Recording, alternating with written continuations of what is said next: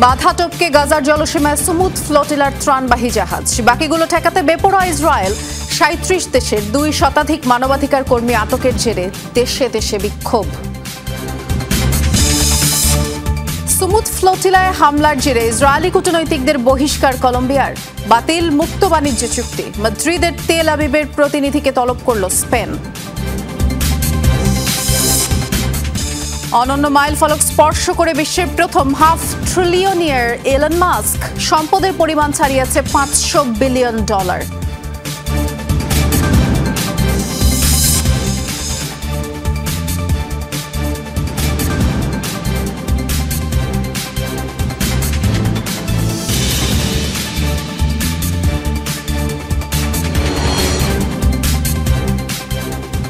শিরোনামগুলো শুনছিলেন, নুসরাত বৃষ্টি আপনাদের সাথে আছি। ইসরায়েলের সব বাধা উপেক্ষা করে গাজার জলসীমায় প্রবেশ করল সুমুদ ফ্লোটিলার একটি জাহাজ। উপত্যকার পথে এগিয়ে চলেছে আরও 22টি ত্রাণবাহী নৌযান। মধ্যরাত থেকে এই পর্যন্ত বহরের কমপক্ষে 21টি জাহাজ জব্দ করেছে ইসরায়েল। আটক করা হয়েছে আলোচিত পরিবেশবিদ গ্রেটা থুনবার্গ সহ ৩৭ দেশের ২ শতাধিক মানবাধিকার কর্মীকে। গাজামুখী নৌযানগুলোর পথ আটকাতে এখনও জলকামান থেকে পানি ছোড়া সহ বিভিন্নভাবে বাধা তৈরি করছে ইসরায়েলি বাহিনী। সুমুদ ফ্লোটিলায় রয়েছেন বাংলাদেশি আলোকচিত্রী শহীদুল আলম। গাজামুখী সুমুদ ফ্লোটিলার যাত্রা রোধে একের পর এক জাহাজে হামলা চালিয়ে যাচ্ছে ইসরায়েল। সব বাধা উপেক্ষা করে এখনও ত্রাণ নিয়ে উপত্যকার পথে অন্তত 23টি জাহাজ। লাইভ ট্র্যাকারের তথ্য অনুযায়ী গাজার জলসীমায় প্রবেশ করেছে নৌযান মিকেনো। ইসরায়েলের হুমকি, যুদ্ধজাহাজ নিয়ে তাড়া, হামলা সহ সব প্রতিকূলতা পেরিয়ে যখন গাজার খুব কাছাকাছি পৌঁছে গিয়েছিল গ্লোবাল ফ্লোটিলা, তখন থেকে আবার শুরু হয় আগ্রাসন। বুধবার মধ্যরাতে ঘিরে ফেলা হয় মানবাধিকার কর্মীদের বেশ কয়েকটি জাহাজ। এখন পর্যন্ত অন্তত 21টি নৌযান জব্দের খবর পাওয়া গেছে। আটক করা হয়েছে সুইডেনের আলোচিত পরিবেশ কর্মী গ্রেটা থুনবার্গ সহ জাহাজগুলোয় থাকা মানবাধিকার কর্মীদের। আটককৃত নৌযানগুলো হল দেইরিয়াসিন, হুগা, স্পেক্টার, আদারা, আলমা, সাইরিয়াস, অরা এবং গ্র্যান্ডে ব্লু। বহরে থাকা বাংলাদেশের আলোকচিত্রী শহীদুল আলম রাতে জানিয়েছিলেন, ইসরায়েলি বাহিনীর আক্রমণের শিকার হয়েছে বেশ কয়েকটি নৌযান। একটি ভিডিও বার্তাও দিয়েছিলেন তিনি।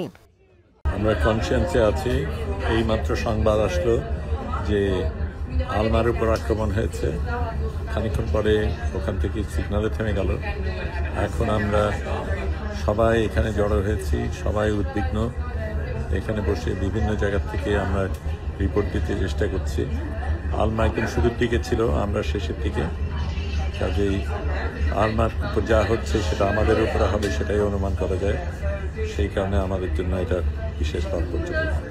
গ্লোবাল সুমুদ ফ্লোটিলার অফিসিয়াল বার্তায় বলা হয়েছে, আটকের পর ইসরায়েলের একটি বন্দরে নেওয়া হয়েছে জাহাজগুলো। ৪৪ দেশের মানবাধিকার কর্মীদের নিয়ে গাজার দিকে যাত্রা করা সুমুদ ফ্লোটিলা গত কয়েক সপ্তাহে বারবারই ইসরায়েলের বাধার মুখে পড়েছে। এর আগে গত জুনে মানবাধিকার কর্মীদের ত্রাণবাহী ম্যাডলিন নৌবহরকে আটকে দিয়েছিল ইসরায়েল। সে সময় গাজা থেকে ১১০ নটিক্যাল মাইল দূরে থেমেছিল ম্যাডলিনের যাত্রা। Dorothy Tasrin, Jamuna news. আগে থেকে ইসরায়েলি বাহিনীর হাতে অপহরণের আঁচ করেছিলেন আলোচিত পরিবেশ কর্মী গ্রেটা থুনবার্গ।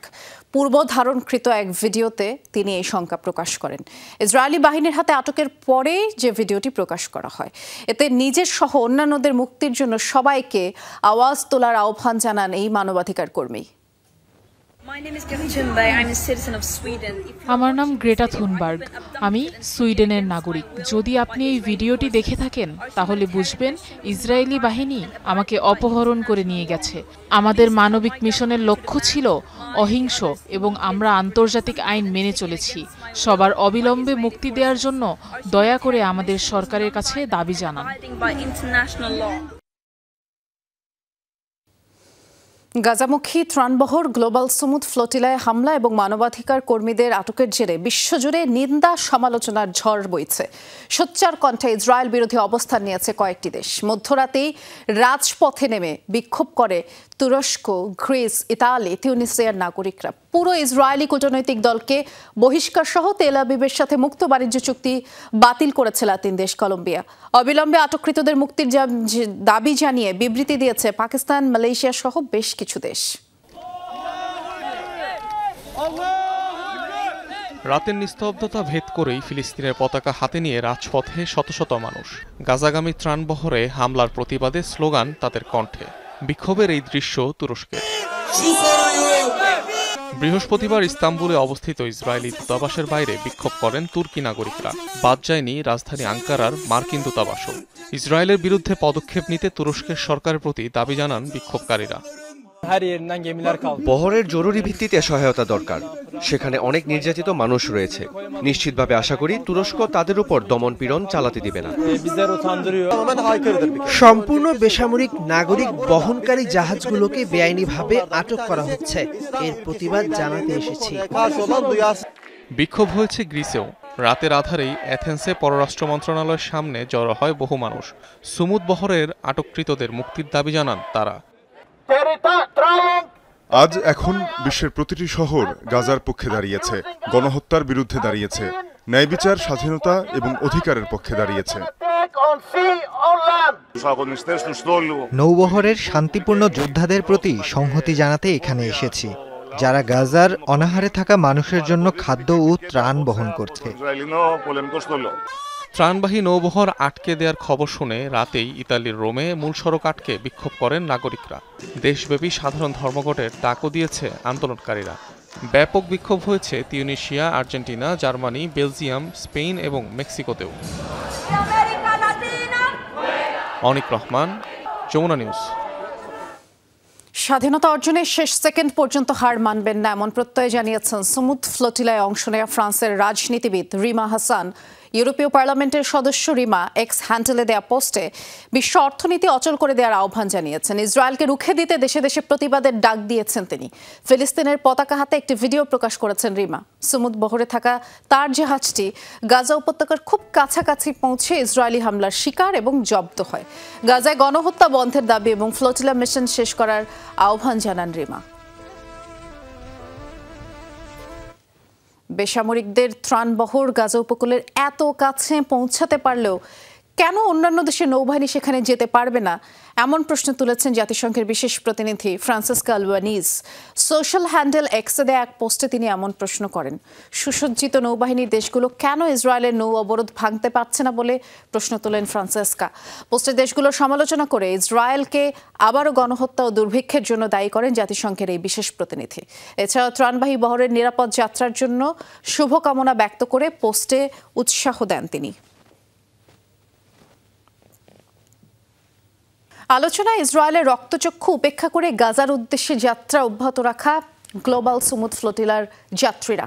নেতানিয়াহু প্রশাসনের নৌ অবরোধ ভঙ্গের লক্ষ্যে এগিয়ে চলা এই বহরে রয়েছেন মানবাধিকার কর্মী থেকে শুরু করে চিকিৎসক, শিক্ষক, রাজনীতিবিদ সহ অন্তত 44 দেশের 5 শতাধিক মানুষ। নিপীড়িত ফিলিস্তিনিদের পাশে দাঁড়ানোর প্রচেষ্টায় অংশ নিয়েছেন সুইডেনের পরিবেশ কর্মী গ্রেটা থুনবার্গ, নেলসন ম্যান্ডেলার নাতি মন্থলা ম্যান্ডেলা এবং বাংলাদেশের আলোকচিত্রী শহীদুল আলম।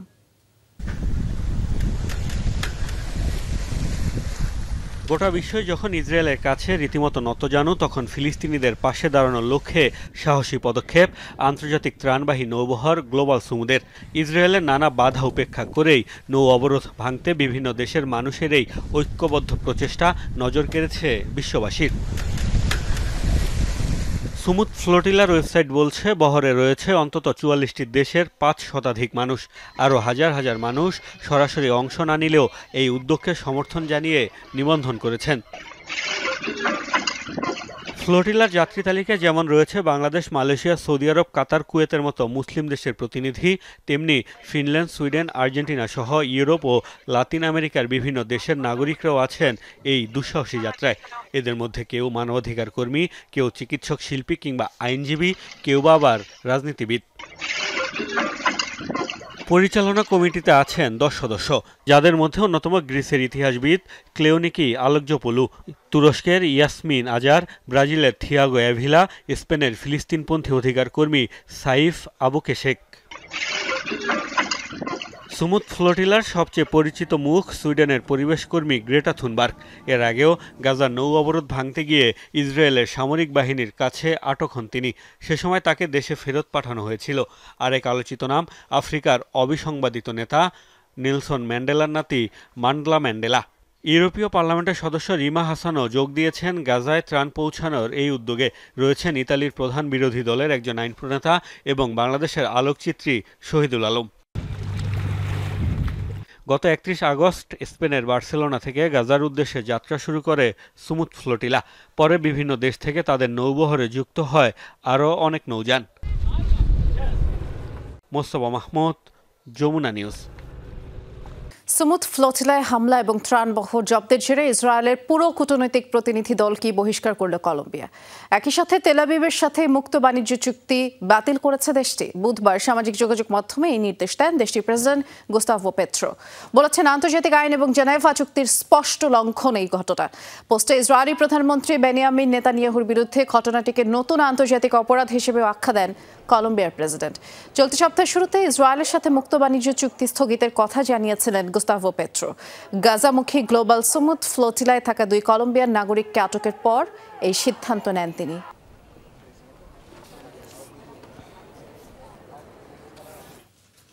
গাজামুখী ত্রাণবাহী নৌবহরে হানা দেওয়ার জেরে ইসরায়েলের কূটনৈতিক প্রতিনিধিকে তলব করেছে স্পেন। সম্প্রচার মাধ্যম টিভিইকে দেয়া এক সাক্ষাৎকারে বিষয়টি জানিয়েছে স্প্যানিশ পররাষ্ট্রমন্ত্রী হোসে মানুয়েল আলবারেজ।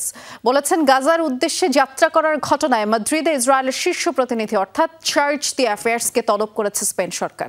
ধারণা করা হচ্ছে ঘটনায় কূটনীতিক ব্যাখ্যা চাইবে পেদ্রো সরকার। এই বিষয়টি নিয়ে এখনও তেল আবিবের তরফ থেকে আনুষ্ঠানিক কোনো প্রতিক্রিয়া আসেনি।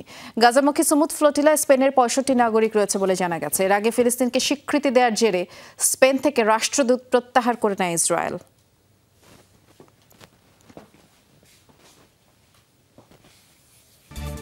নির্বিচারে আগ্রাসনের জবাবে গাজা থেকে ইসরায়েলের ভূখণ্ড লক্ষ্য করে আবারও রকেট হামলা চালানো হয়েছে। বুধবার ইসরায়েলি সামরিক বাহিনী জানিয়েছে দেশটির দক্ষিণাঞ্চলের উপকূলীয় এশদোদ শহরে এই হামলা হয়েছে। আইডিএফ জানায়, উত্তর গাজা থেকে অন্তত 5টি রকেট ছোড়া হয়েছে, যার মধ্যে 4টি সফলভাবে ভূপাতিতের দাবি করা হয়েছে। একটি আঘাত এনেছে উন্মুক্ত এলাকায়, আর এ সময় অঞ্চলটিতে সতর্কতা সাইরেন ও বিস্ফোরণের শব্দও শোনা যায়। এখনও হামলার দায় স্বীকার করেনি কেউ। কোনো হতাহতের তথ্য পাওয়া যায়নি। গত 2 বছরে বেশ কয়েকবার ইসরায়েলকে লক্ষ্য করে রকেট ছুঁড়েছে হামাস সহ অন্যান্য সশস্ত্র গোষ্ঠী।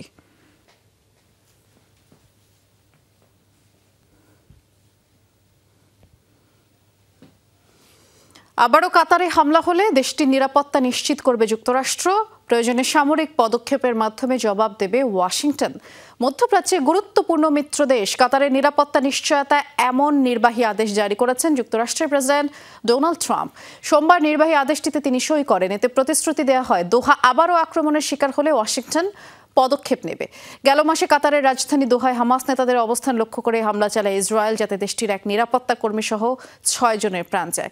মধ্যপ্রাচ্যের সবচেয়ে বড় মার্কিন ঘাঁটির অবস্থান কাতারে। বলা বাহুল্য, অঞ্চলটিতে ওয়াশিংটনের সবচেয়ে ঘনিষ্ঠ মিত্র দোহা।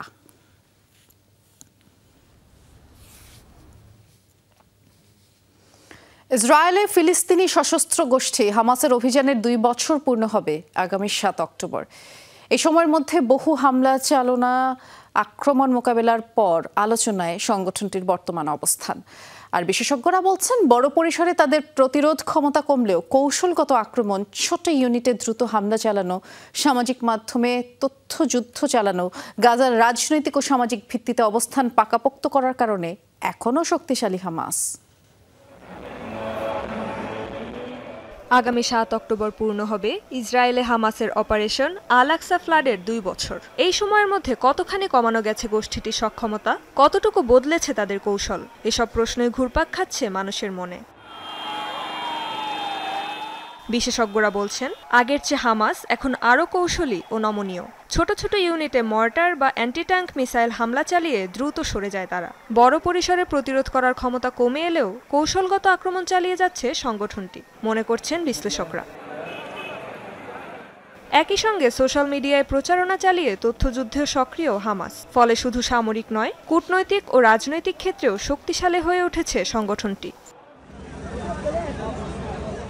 হামাসের সৈন্য সংখ্যা নিয়েও ধোঁয়াশা থেকেই যাচ্ছে। তাদের অপারেশনগুলো কেন্দ্রীয় নেতৃত্বের নির্দেশে হচ্ছে নাকি ছড়িয়ে ছিটিয়ে থাকা দল নিজেরা করছে তাও নিশ্চিত নয় কেউ। হামাসের ঠিক কতজন যোদ্ধা আছে তা কেউ নিশ্চিতভাবে জানে না। অনুমান করা হয় প্রায় 30,000 পর্যন্ত হতে পারে। তবে এ ধরনের গোষ্ঠীর সঠিক সংখ্যা নির্ধারণ সবসময় কঠিন। এখন প্রশ্ন থেকেই যায়, হামাসকে কি আসলে নির্মূল করা সম্ভব? বিশ্লেষকরা বলছেন তাদেরকে পুরোপুরি ধ্বংস করা বাস্তবে প্রায় অসম্ভব। কারণ হামাস কেবল একটি সামরিক সংগঠন নয়, গাজার রাজনৈতিক ও সামাজিক ভিত্তিতে গেঁথে আছে গোষ্ঠীটি। হামাস মূলত একটি রাজনৈতিক আন্দোলন। গাজায় ক্ষমতা নেয়ার পর তাদের সদস্য সংখ্যা, প্রশিক্ষণ ও অস্ত্রশস্ত্র অনেক বেড়ে গেছে। এখন উপত্যকার নিরাপত্তা বাহিনী ও হামাসের মধ্যে পার্থক্য বোঝা কঠিন, কারণ হামাসের সদস্যরাই পুলিশ ও নিরাপত্তার দায়িত্বে আছে। বিশেষজ্ঞরা মনে করেন শীর্ষ নেতৃত্বকে হত্যার মাধ্যমে সংগঠনকে দুর্বল করা গেলেও স্থানীয় সমর্থন, ছড়িয়ে থাকা নেটওয়ার্ক ও পুনর্গঠনের সক্ষমতা প্রতিবার আরও শক্তিশালী রূপে ফিরিয়ে আনে হামাসকে। রেজওয়ানা সাইমা, যমুনা নিউজ। সনাতনী ধর্মাবলম্বীদের দেবী বরণ এবং সিঁদুর খেলার মধ্য দিয়ে পশ্চিমবঙ্গে চলছে বিজয়া দশমী। বৃষ্টির বাধা উপেক্ষা করেই সকাল থেকে মণ্ডপে মণ্ডপে হাজির হন ভক্তরা। শঙ্খধ্বনি, উলুধ্বনি, ঢাকের বাদ্যে মণ্ডপে মণ্ডপে সৃষ্টি হয় আবেগঘন পরিবেশ। রীতি অনুযায়ী দেবীকে অঞ্জলি দিয়ে মিষ্টিমুখ করিয়ে শুরু হয় বিদায়ের আয়োজন। এরপরে একে অপরের সাথে সিঁদুর খেলায় মেতে ওঠেন নারী ভক্তরা। বড় বড় মণ্ডপের পাশাপাশি বিভিন্ন এলাকার স্থানীয় পূজা কমিটিতেও একই চিত্র দেখা যায়। কলকাতার পাশাপাশি উত্তর ও দক্ষিণবঙ্গে জেলাগুলোতেও মণ্ডপে মণ্ডপে সিঁদুর খেলার ঢল নামে। দুর্গাপুজো উপলক্ষে কলকাতা সহ রাজ্য জুড়ে নেওয়া হয় কড়া নিরাপত্তা। বিজয়া দশমী মানে হয়তো মা চলে যাচ্ছে, কিন্তু কোথাও আমার মনে হয় ইটস আ প্রমিস ডে যে আবার মা ফিরে আসবেন, এবং মা আসা মানেই আমাদের পুরো সমাজে, আমাদের মধ্যে, সকলের মনের মধ্যে পজিটিভিটি ছড়িয়ে যায়। অনন্য মাইল ফলক স্পর্শ করলেন ধনকুবের ইলন মাস্ক। বিশ্বে প্রথম ব্যক্তি হিসেবে $1 ট্রিলিয়ন সম্পদের মালিক হলেন মার্কিন এই ধনকুবের। দ্য ফোর্বস বিলিয়নিয়ার ইন্ডেক্সের তথ্য অনুযায়ী তার সম্পদের পরিমাণ দাঁড়িয়েছে $500.1 বিলিয়ন। নিজ প্রতিষ্ঠান টেসলা এবং স্পেসএক্সের শেয়ারের ঊর্ধ্বগতির কারণে এই রেকর্ড করতে তিনি সক্ষম হয়েছেন।